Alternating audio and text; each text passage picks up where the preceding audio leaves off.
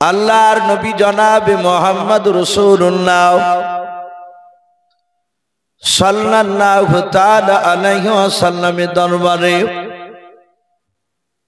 এই যে আব্দুর রহমান বলে বাপ যে সাহাবার নাম, ওই ব্যক্তি নবীজির দরবারে বাপ যে বসে বসে কথাগুলো শুনতেন নবীজির আমার।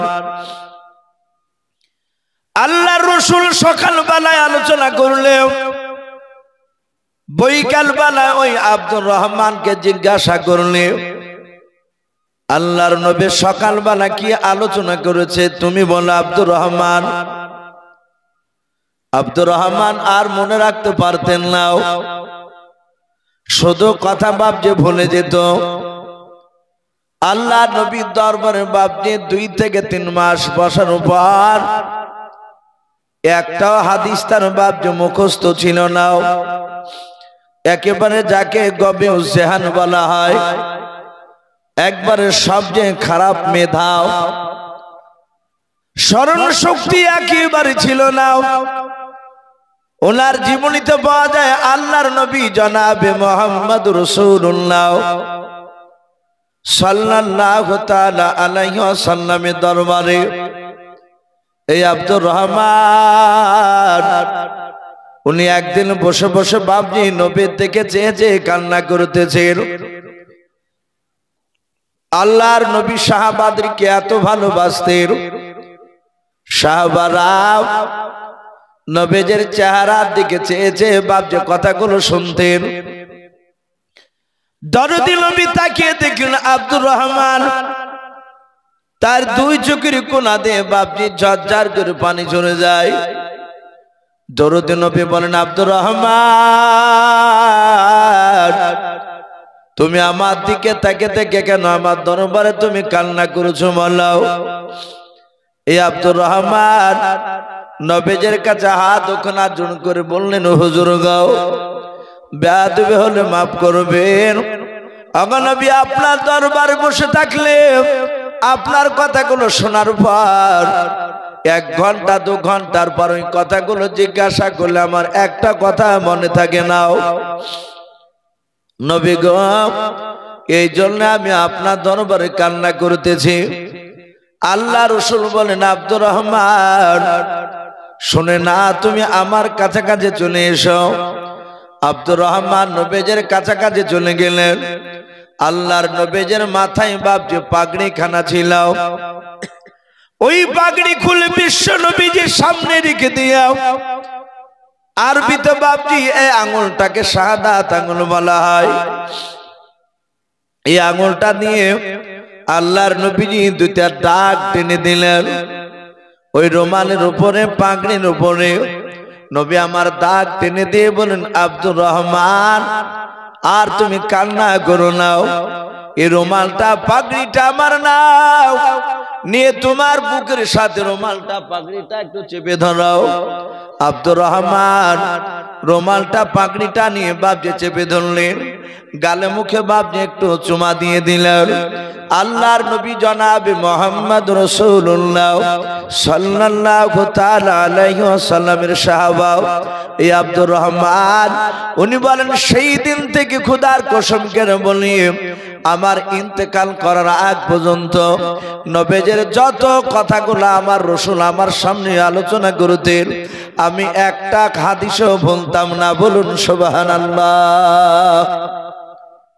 বুখারী শরীফে বাপজি যত সাহাবা রয়েছে সব সাহাবার মধ্যে থেকে বাপজি এই আব্দুর রহমানের হাদিস 5000-এরও বেশি ছিল। বলুন আলহামদুলিল্লাহ। এই সে আব্দুর রহমান, তাহলে ইনার নামটা আবু হুরায়রা হলো কি করে? হাদিসে বাপজি পাওয়া যায় এই আব্দুর রহমান তিনি বিড়ালের বাচ্চাকে খুব ভালোবাসতেন। বিড়ালকে আরবিতে বিড়ালকে বাপজি হিররাতুন বলা হয়। যে বিড়াল আমাদের বাড়িতে ঢুকলে আমরা অনেক সময় তাড়াতাড়ি করি, আবার দেখা যায় আমাদের মুসলমান ঘরের ছেলেরা অমুসলিমরা তো করি, অমুসলিমরা তো করেই, আমাদের মুসলমান ছেলেরাও বাপজি মানুষের মুখে মুখে শুনিয়ে শুনিয়ে 2 চাকা 4 চাকা বাপজি রাস্তা দিয়ে চালিয়ে গেলে বিড়াল যদি এপার থেকে ওই পারে যায় কিংবা ওই পার থেকে এপারে আসছে রাস্তা, আমাদের মুসলমান ঘরের ছেলে ড্রাইভাররা চেষ্টা করে ওই বিড়ালের বাচ্চাটাকে চাপা দিয়ে মেরে ফেলা। রাস্তায় যদি দেখে বিড়াল, অনেক রাস্তা পড়ে আছে, বিড়ালটা হয়তো ডান দিকে রাস্তার এক সাইডে দাঁড়িয়ে আছে, এই গাড়িকে এমন করে ব্রেক করে নিয়ে যাবে যেন বিড়ালটা চাপা লেগে মারা যায়। ওই ড্রাইভারের ব্রেনে ঢুকে গিয়েছে এই বিড়ালটা কুপায়া সুপায়া নয়, রাস্তার ওই পার থেকে এপারে আসলে আমাদের বিপদ ঘনিয়ে আসবে। বলুন আস্তাগফিরুল্লাহ। বিড়াল তার প্রয়োজন ওই পার থেকে এই পারে সে খাবার খোঁজ করতে আসতে পারে, শিয়াল এপার থেকে ওই পারে যেতে পারে, এরা কুপায়া নয়। মারতে না পারলেও গাড়িটাকে ভাবছে একটু সাইডে নিয়ে গিয়ে দাঁড় করে দিয়ে, আমি অনেকজনকে দেখেছি আপনার এইভাবে কাছে গুণ চিহ্ন দিয়ে দেয়, যাকে ইন্টু বলি আমরা অনেকে। গুণ চিহ্ন মানে ধেড়া চিহ্ন দিয়ে দিল, বিপদটা যেন কাটিয়ে যায়। আবার অনেকে ডান দিকে 3 বার থুতু ফেলে, এগুলো হচ্ছে বাপজি পুরো শিরিক। অমুসলিমরা করলো করোক্কা, ওরা তো কোরআন হাদিস তারা পড়ে না, কিন্তু আমরা মুসলিম ঘরের ছেলেরা কেন করবে এগুলো? খবরদার বাপজি, সামনে বিড়াল শিয়াল পড়ে গেলে চাপা দিবেন না, চেষ্টা করবেন তাদেরকে বাঁচানোর। তারা আল্লাহর মাখলুকাত, বলুন আলহামদুলিল্লাহ। তারা তাদের ভাষায় আল্লাহকে ডাকতে জানে। থুতু ফেলার কোনো দরকার নাই, এটা মাথাতে মুঠি রাখবেন না যে বিপদ ঘনিয়ে আসবে। ও দরকার হলে সে যাবে।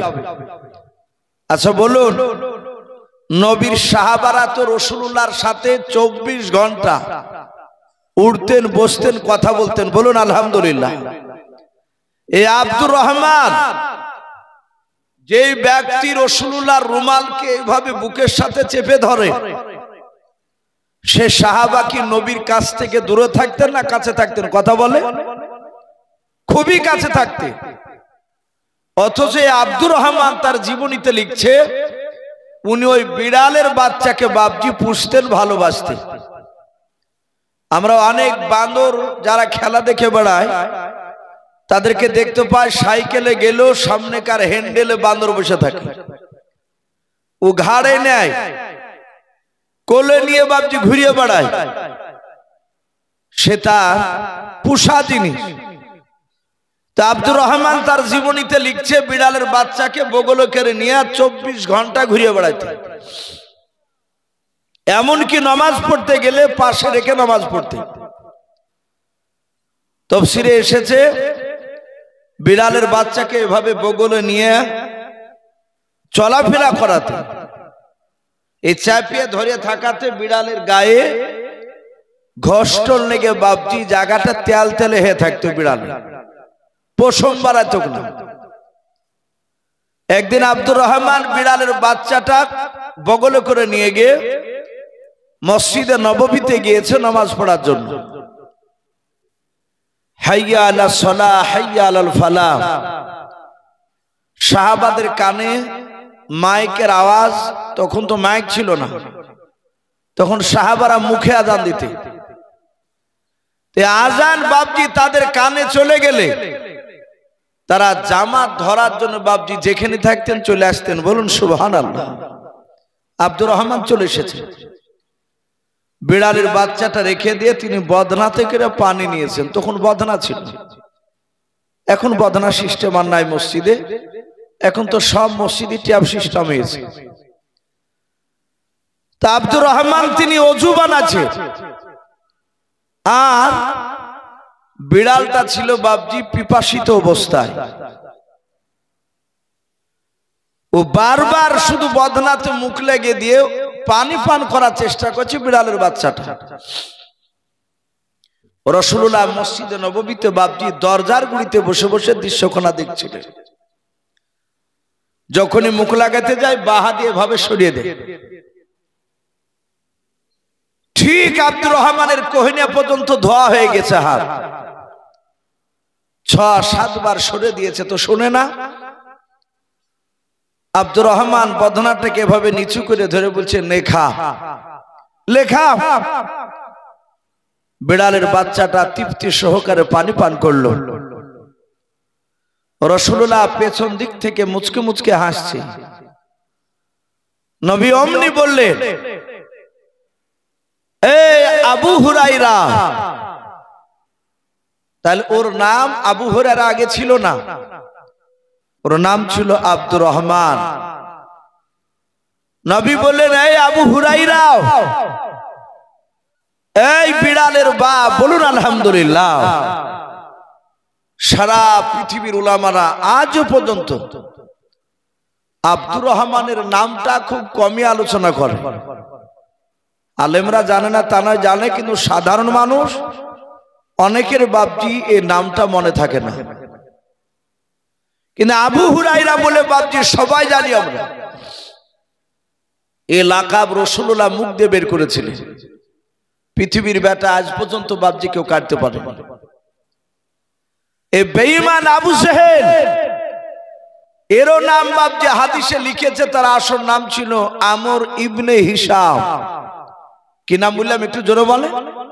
আমর ইবনে হিশাম। এটা আবু জেহেলের আসল নাম। কিন্তু মক্কার লোকেরা আবু জেহেলকে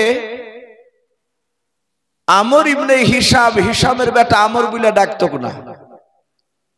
আবু জেহেলের প্রচন্ড মেধা ছিল, সেই জামানায় উচ্চ শিক্ষায় শিক্ষিত ব্যক্তি ছিল, সে মূর্খ ছিল না। তাকে লোকেরা নাম দিয়েছিল আবুল হিকাম। এটা আরবি শব্দ, এর মানে কি? জ্ঞানী গুণী বুদ্ধিজীবীর বাপ। তাহলে এই যে আবু জেহেল কেন রাসূলুল্লাহ বললেন? এই বেঈমান আবু জেহেল তিনি জানতো, সেই বেঈমান জানতো যে মুহাম্মদ সাল্লাল্লাহু আলাইহি ওয়াসাল্লাম প্রকৃতি আল্লাহর রাসূল। জানার পরও এই বেঈমান আমার বিশ্ব নবীকে অনেক বাপজি আপনার পরীক্ষার মধ্যে ফেলেছে, অনেক জায়গায় অপমান করার চেষ্টা করেছিল। কিতাবে লিখেছে একদিন বেঈমান আবু জেহেল রাত্রি বেলায় না দিনের বেলায় তার বিবিকে বলল, বিবি দেখো তিনি ঘরের বাইরে কেউ আছে কিনা। তার বিবি ঘরের বাইরে চারিদিক দেখে বলল কেউ নেই। বলে কেউ নেই? বলে নেই। বলে বিবি দরজাটা লাগিয়ে দাও। দরজা লাগিয়ে দিল। আবু জেহেল আগুনে থেকে বাপজি ছোট ছোট কাঙ্কর পাথর বাপজি তুলল। কয়েকটা পাথর তুলে হাতের ভিতরে এইভাবে মুঠ বেঁধে পকেটের ভিতরে এইভাবে হাত ভরে নিয়ে খুঁজতে লাগলো রাসূলুল্লাহ কোথায় আছে। দেখে আপনার আমার নবী জনাবে মুহাম্মদ রাসূলুল্লাহ সাল্লাল্লাহু তাআলা আলাইহি ওয়াসাল্লাম, নবী আমার মক্কা নগরে বাপজি কিছু মানুষের সামনে তিনি জান্নাত জাহান্নামের বয়ান করেছিলেন। আল্লাহ রাসূলের নবুয়ত সম্পর্কে তিনি আলোচনা করেছিলেন। ওই সময় বেঈমান আবু জেহেল বিশ্ব নবীর কাছে গিয়ে বলেছিল, ওগো ভাতিজা,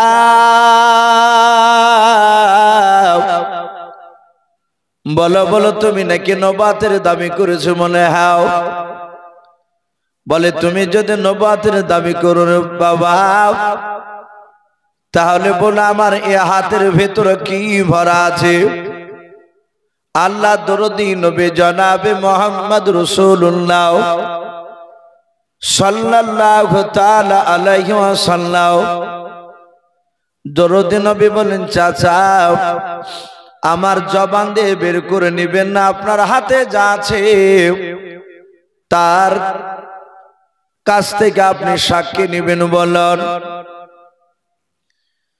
আবু জেহেল বলল, তোমার জবান থেকে না হয়ে যদি আমার হাতের ভিতরে যা আছে এতে যদি তোমাকে নবী বলে মেনে নেয় তাহলে জানবো তুমি সত্যিকারের নবী।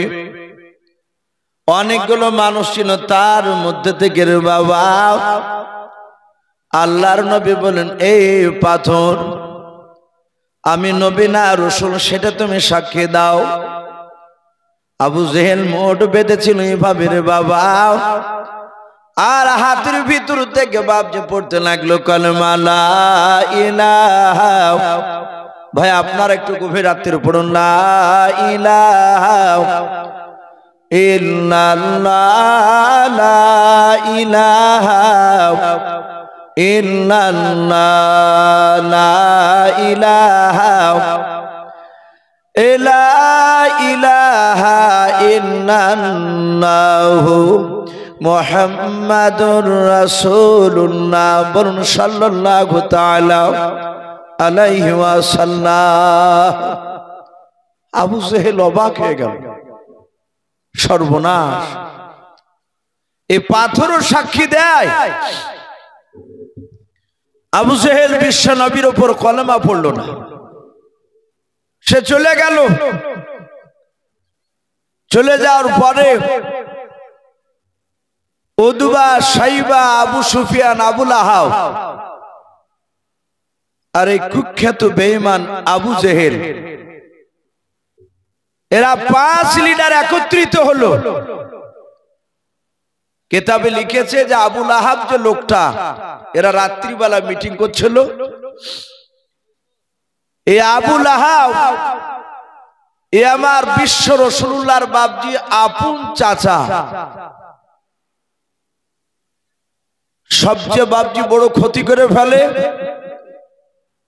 ঘরের মানুষ যদি বাপজি দুশ্মনী করে, বাহিরিকার লোকের সাথে বাড়ির একটা লোক গোপনে যাতায়াত করে, তাহলে বাপজি সে লোকটাকে ক্ষতি করতে খুব সহজে তার সুবিধা হবে তাকে নষ্ট করতে। আর বাড়ির যদি দুশ্মন না থাকে, বাহির থেকে লোক এসেও তো তাড়াতাড়ি নষ্ট করতে পারবে না, ক্ষতি করতে পারবে না। নবীজির আব্বারা টোটাল ভাই ছিল বাপজি 10টা। এই নবীজির আপন চাচা 10টাই কি রাসূলুল্লাহকে মানত ভাই? কথা বলে, সবাই মানেনি। নবীর কিছু চাচা আপন ইমানদার ছিল, নবীর জন্য জান দিতে তারা তৈরি থাকতো। নবীর আপন চাচা কয়েকটা, আর কয়েকটা চাচা রাসূলুল্লাহর বাপজি দুশমন ছিল। কিন্তু যারা দুশমন ছিল কয়েকটা চাচা, তার মধ্যে থেকে আবার একটা আবু লাহাব আলাদা ছিল। এই বেঈমান আবু লাহাব সে প্রকাশ্য নবী দুশমনী করত, নবীর উপর ঈমান তো আনেইনি। আর নবীজের আরেকটা চাচা আবু তালিব বলে নাম ছিল। এই আবু তালিব আমরা জানি রাসূলুল্লাহর আপন চাচা। এই আবু তালিবও জাহান্নামী, সেও নবীকে মানেনি। কিন্তু নবীজির বাপজি সে বিরোধিতা করেনি। আল্লাহ রসুলকে বাপজি খুবই ভালোবাসতেন, আল্লাহর নবীকে এত ভালোবাসতেন এই আবু তালিব। কিতাবে লিখেছে আমার বিশ্ব নবীকে বাপজি আবু জেহেলরা শুধু মারবো বলেছে। এই কথাটা আবু তালিব শুনে আর সহ্য করতে পারেনি। হাদিসের কিতাবে পাওয়া যায় নবী আমার মক্কা নগরে কলেমার দাওয়াত দিছিলেন,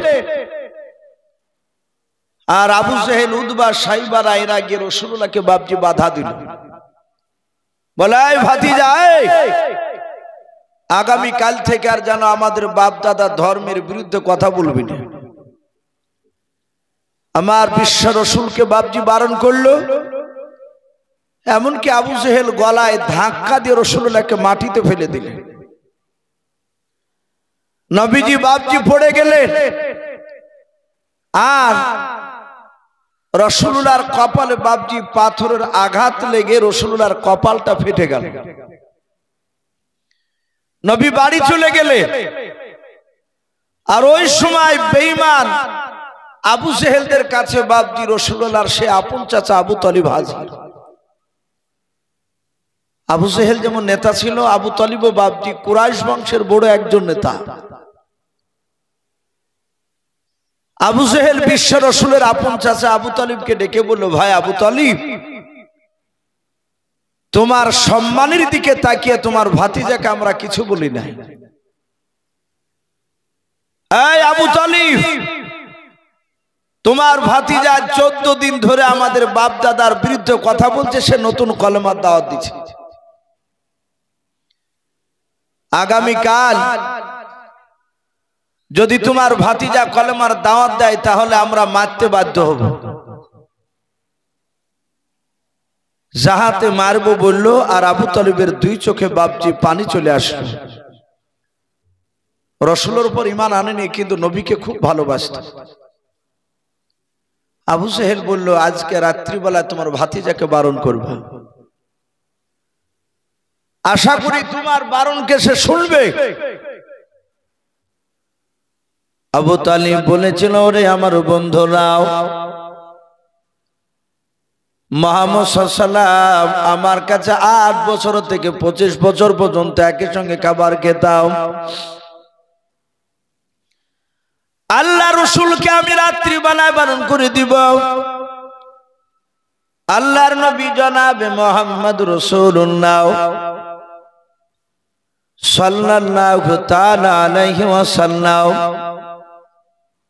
দরদি নবী আমার সারাদিন কলমার দাওয়াত দিয়ে বাড়িতে বাপজি এসেছেন। এদিকে আবু তালিব বেঈমান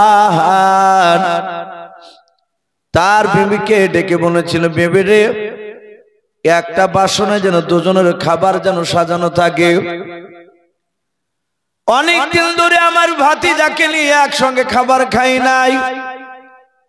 আল্লাহর নবী জনাবে মুহাম্মদ রাসূলুল্লাহ সাল্লাল্লাহু তাআলা আলাইহি ওয়াসাল্লামকে ডাকলেন।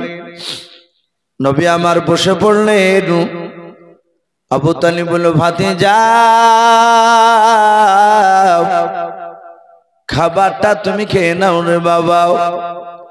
আল্লাহর নবী যে এইভাবে হাত জোড় করে বলেছিলেন, চাচা আপনি তো ভালোই জানেন, আপনি আর আমি দুজনাই খাবার খেতে গেলে, ওগো চাচা আপনি আগে খাবার না খেলে আমি খাবার খাই নাই, বলুন সুবহানাল্লাহ। যাহাতে আল্লাহ রাসূল বাপজি এই কথাটা বাপজি বললেন। কাগজে কিছু লিখেছেন? শেষের বেলা আল্লাহর নবী জনাবে মুহাম্মদ রাসূলুল্লাহ সাল্লাল্লাহু তাআলা আলাইহি ওয়াসাল্লাম ডাক দিয়ে বলেন, চাচা আপনি আগে খাবার না খেলে আমি তো খাবার খাবো না। আবু তালিব মনে মনে ভেবে চলো, আবু জেহেল যে আমার ভাতিজাকে মারবো বলেছে, আগামী কালকে কলেমার দাওয়াত যদি দিতে যাই, এই কথাটা যদি আমি খাবার খাওয়ার আগে যদি বলি ভাতিজাকে, আমার মনে হয় ভাতিজা আর খাবার খাবে না। আর ভাতিজা খাবার না খেলে সারা রাত আমিও ঘুমাতে পারবো না, বলুন সুবহানাল্লাহ। আল্লাহর নবী জনাবে মুহাম্মদ রাসূলুল্লাহ সাল্লাল্লাহু তাআলা আলাইহি ওয়াসাল্লাম নবী যে ডাক দিয়ে বললেন, ভাতিজা না চাচা আপনি আগে খাবার না খেলে আমি খাবার খাবো না। আবু তালিব ধৈর্যের বাঁধা ধরে রাখতে পারলেন না। 2 চোখের কোনা দিয়ে বাপজি ঝরঝর করে পানি ঝরতে লাগলো। আল্লাহর নবীকে মুখের সাথে বাপজি চেপে ধরে ডাক দিয়ে বলেন, রে বাবা আমি আর না বলে থাকতে পারলাম না রে বাবা, তুমি এত আমাকে ভালোবাসো। নবী যে ডাক দিয়ে বলেন, চাচা 6 মাস যখন মার পেটে ভরা ছিল, ওই সময় আমার আব্বা সিনিয়ায় ব্যবসা করতে গিয়ে আর ঘুরে আসে নাই। মার পেট থেকে যখন জন্ম নিলাম, 6 বছর যখন আমার বয়স হলো গো চাচা, আমি আমার জনম দক্ষিণ মাকে হারিয়ে দিয়েছি। ওগো আমার চাচা, যখন আমার 8 বছর বয়স ছিল, ওই সময়তে আমার দাদা আব্দুল মুত্তালিবকে হারিয়েছি। 8 বছর থেকে নিয়ে আমার প্রায় 40 বছর পার হতে চলল। ওগো চাচা, এতটা বছর আপনাকে গার্জেন বলে মানে, বলুন সুবহানাল্লাহ। চাচা গো, নিজের আব্বার চেয়ে আপনাকে বেশি ভালোবাসি। আল্লাহ রাসূল ডাক দিয়ে বলেছিলেন, ভাতিজাও, মক্কা নগরী কি তোমার সাথে আজকে দিনের বেলায় আবু জেহেল, উতবা, সাইবাদের সাথে দেখা হয়েছিল? নবীজি বললেন, চাচা, আমি কলমার দাওয়াত দিয়েছিলাম, আমি তাদের বিরুদ্ধে কোনো কথা বলি নাই, আমি শুধু জান্নাত জাহান্নামের কথা বলছিলাম চাচা। আর ওই সময় আবু জেহেল, উতবা, সাইবারাও, আবু সুফিয়ানরাও, ওরা এসে আমার গলায় ধাক্কা দিয়ে তারা আমাকে ফেলে দিল। ওগো চাচা, দেখুন পড়ে গিয়ে আমার কপালটা একটু ফেটে গিয়েছে, রক্ত বেরিয়েছিল। ওগো চাচা, আমি চরম কষ্ট পেয়েছিলাম। আল্লাহ রাসূলের চাচা আবু তালিব নবীকে বাবা বুকের সাথে জুড়ে ধরে বাপজি আবু তালিব নবীর খাম হওয়া জায়গাটায় কপালে বাপজি চুমা দিয়ে দিলেন। বিশ্ব নবীকে ডাক দিয়ে বলেছিলেন, ভাতিজা, আগামী কাল থেকে জনার কলমার দাওয়াত দেবা নাও, আমাদের বাপ দাদা ধর্মের বিরুদ্ধে কথা বলবা নাও। আল্লাহ রাসূল বলেন, চাচা আর কিছু বলেছিল? বলে, হ্যাঁ, তোমাকে এক এক করে 3টা পুরস্কার দিবে রে বাবা, যদি তুমি কলমার দাওয়াত দেওয়া বন্ধ করে দাও। প্রথম নাম্বার, তোমাকে আরবের মধ্যে সবচেয়ে উচ্চ সম্মানের অধিকারী করবে। 2 নাম্বার, 200টা তোমাকে উট দেওয়া হবে। 3 নাম্বার, গোটা মক্কা নগরের মধ্যে সবচেয়ে বড় খাজুরের বাগানটা তুমি যেটা চাইবা সেটাই মক্কার তরফ থেকে তোমাকে ফ্রিতে দান করা হবে। ভাতিজারে, এই 3টা জিনিস পেয়ে গেলে আর তোমাকে মৃত্যু পর্যন্ত কাজ করা লাগবে না, বসে বসে তোমার দিন চলে যাবে। আল্লাহ রাসূল বলেন, চাচা, মক্কার আবু জেহেলের লোকেরাও আর কোনো কিছু দিতে রাজি হয়েছে কি? বলে, ভাতিজা, এই 3টা জিনিস তোমাকে পুরস্কার দিব বলেছিল। আল্লাহ রাসূল বলেন, চাচা, খোদার কসম করে বলি চাচা, শুনে না, আপনাকে সাক্ষী রেখে আমি আপনার ভাতিজা কথা বলি, শুধু মক্কা 3টা পুরস্কার কেন, গোটা পৃথিবীর ধন সম্পদ যদি নিয়ে এসে আমাকে দিয়ে দেয়। ওগো চাচা, শুধু ধন সম্পদ নাই, আসমান থেকে সূর্য পেড়ে নিয়ে এসে যদি আমার ডানা হাতে দিয়ে দেয়, চাঁদ পেড়ে নিয়ে এসে যদি আমার বাম হাতে দিয়ে দেয়। ওগো আল্লাহর নবীজির ডাক দিয়ে বলছেন, চাচা, খোদার কসম করে বলি, আমি সত্য কথা, হক কথা বলা বন্ধ করব না, বলুন সুবহানাল্লাহ। আমি হক কথা বলবই। বলাই চাচা, আসমানের সূর্য চাঁদ নিয়ে এসে দিল, আমি কথা বলা বন্ধ করব না। আবু তালিবের চোখ দুটো বাপজি কুখের মতো লাল হয়ে গেল, যাকে বারণ করছে শুনবে না। আবু তালিব বলেছিল, এই ভাতিজা, আমিও লাত উজ্জার কসম করে বলছি, সেই সময় মক্কার লোকেরা, কাফেররা বাপজি লাত উজ্জাকে সবচেয়ে বড় দেবতা বলে মানত। তারপরে আর একটা দেবতা মানত বাপজি হাবলকে।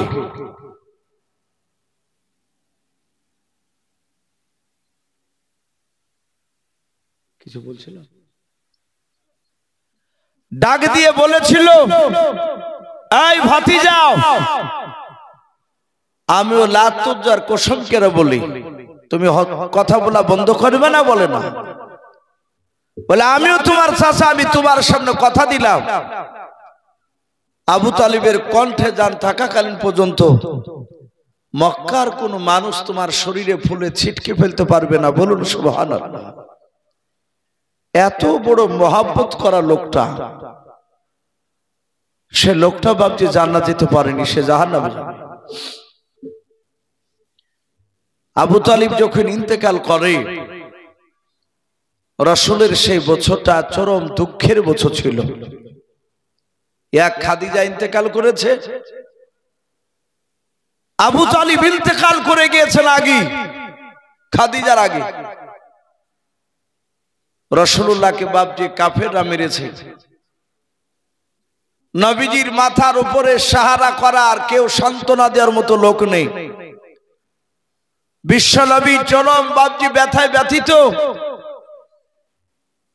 আবু তালিব কলেমা না পড়লো, যদি আবু তালিবকে বলতো আবু তালিব তোমার ভাতিজাকে অমুক জায়গায় মারছে কাফেররা, আবু জেহেলের লোকেরা, তো সাথে সাথে আবু তালিব সোজা দৌড়ে যেতেন আর কাফেররা পালিয়ে যেত। রাসূলকে বুকের সাথে তুলে ধরে বলতো তোমাকে কবি বারণ করেছি কলেমা দাও, তুমি দিও না। কিন্তু আবু তালিব থাকা পর্যন্ত বাপজি কেউ হা দিতে পারত না। কিন্তু আবু তালিব ইন্তেকাল করেছে, খাদিজা ইন্তেকাল করেছে, কেউ না। সেরাতে হালবিয়া বলে একটি কিতাব, তাতে এসেছে আল্লাহ রাসূলকে মেরেছে, নবীজির শরীর দিয়ে রক্ত ঝরছে, মাথার কপাল ফেটে গা বেয়ে পা দিয়ে যেখানে যেখানে পা দিচ্ছে সেখানে সেখানে রক্তের দাগ লেগে যাচ্ছে। কাফেরদের মায়া ছিল না রাসূলুল্লাহকে মারতে। এখনো বাপজি এক শ্রেণীর বেঈমানেরা, আমরা ইউটিউবে ফেসবুকে দেখছি বিভিন্ন খবরে, অনেক জায়গায় এক শ্রেণীর জানোয়াররা মুসলমানকে ধরে ধরে মারছে। আপনারা শুনেছেন হয়তো, অনেকে ভুলে যাচ্ছে। ঝাড়খণ্ডের তাবরেজ আনসারী ভাই যুবক, আজ ক বছর হয়ে গেল, ওকে 18 ঘন্টা ধরে বাপজি এক শ্রেণীর বেঈমানেরা জঙ্গলের ডাল ভেঙে, কচা ভেঙে অনেকগুলো মানুষের সামনে তাকে পিটিয়ে হত্যা করেছে। এ কথা সত্য না মিথ্যা একটু জোরে বলে? তাবরেজ আনসারীকে, মালদাহার আফরাজুল ভাইকে, তাকেও বাপজি আপনার কুড়োল দিয়ে পেছন থেকে এক জানোয়ার কোম মারিয়ে তাজা শরীরে বাপজি পেট্রোল দিয়ে তাকে আগুন দিয়ে জ্যান্ত পুড়িয়ে দিল। এটা তো শুনেছেন নিশ্চয়, ওটা কয়েক বছর হয়ে গেল। অনেক জায়গায় দেখতে পাওয়া যাচ্ছে বৃদ্ধ বা বাপজির বয়সের লোক, দাদুর বয়সের লোক, তাদের দাড়িকে ধরে কাটিয়ে দিচ্ছে জোর করে। এই জানোয়াররা এত অত্যাচার চালাচ্ছে রাসূলুল্লাহর জামানাতে বাপজি, আমার বিশ্ব রাসূলকে সেসব জানোয়াররা মারত। ওরা জানতো, কাফেররা বলে দিয়েছিল মুহাম্মদকে যত কষ্ট দিয়ে মারবা তত তোমাদের নেকি হবে। বলুন আস্তাগফিরুল্লাহ। ওরা তো চিনে না রাসূলুল্লাহকে। বাপজি আমার সোনা লালেরা, এক শ্রেণীর জানোয়ার থাকে, তারা যেভাবে চালায় ওইভাবে তাদের বাপজি এক শ্রেণীর মানুষ তাদের কথায় নাচে। দুনিয়ার পরিস্থিতি বাপজি ভালো নাই, এটা আমরা সকলে জানছি। দিল্লির এক পুরোহিত, সে বলেছে এখন টার্গেট আমাদের মক্কা নগরে কাবা শরীফকে দখল করার জন্য। একবার যাইয়ে দেখ না তোর অবস্থা কি করছে। কেন বলছে ওই কাবা শরীফের নিচে নাকি মক্কেশ্বর মন্দির ছিল। বলুন আস্তাগফিরুল্লাহ। নাম্বার করছে। আজ বাপজি 6 ডিসেম্বর চলছে। জুম্মা পড়েছেন তো আপনারা? পড়েন নাই? ইমাম সাহেব বলেনি আজকের ব্যাপারে? আমার মনে হয় যে গোটা ভারতবর্ষের এমন কোন জুম্মায় মনে হয় যার বাকি নাই আজ, যে আজকে বাবরি মসজিদের কথা আলোচনা করেনি। 1992 সালে ডিসেম্বরের এই 6 তারিখে আমাদের ঐতিহাসিক মসজিদকে বাবজি ধ্বংস করে দিয়েছে। আমরা আল্লাহর আদালতে বিচার দিয়েছি। বাবজি আমাদের পরিস্থিতি ভালো না, এগুলো সবাই জানতে পারছে। আমরা অনেক জায়গাতে সভাপতি সাহেব কাগজ লিখে দিচ্ছে।